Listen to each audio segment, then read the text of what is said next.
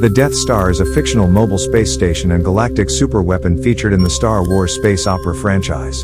The first version, which appears in the original 1977 film Star Wars, is stated to be more than 160 kilometers in diameter, and is crewed by an estimated 1.7 million military personnel and 400,000 droids. The second Death Star appears in Return of the Jedi, and is significantly larger at 200 kilometers in diameter and, although unfinished, is technologically more advanced than its predecessor.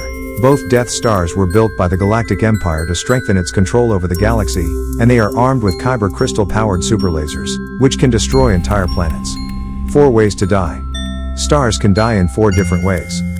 When larger stars die, they turn hydrogen into heavier chemical elements such as carbon and oxygen, which are later recycled to form new stars and planets. All the atoms in your body were created this way. Earth, stars generate the force of gravity, which squeezes their hot cores. The way a star dies depends on how much matter it contains, its mass, and how powerfully its core is squeezed by gravity. Stars make heat and light by the process of nuclear fusion. Hydrogen atoms in the core crash together to form helium, releasing energy.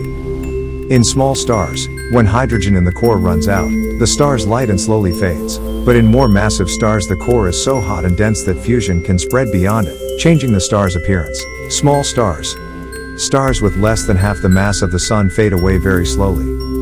Once the hydrogen in the core is used up, the star begins to feed off hydrogen in its atmosphere. But it doesn't generate enough gravity to use other elements as fuel, so it slowly shrinks to become a black dwarf.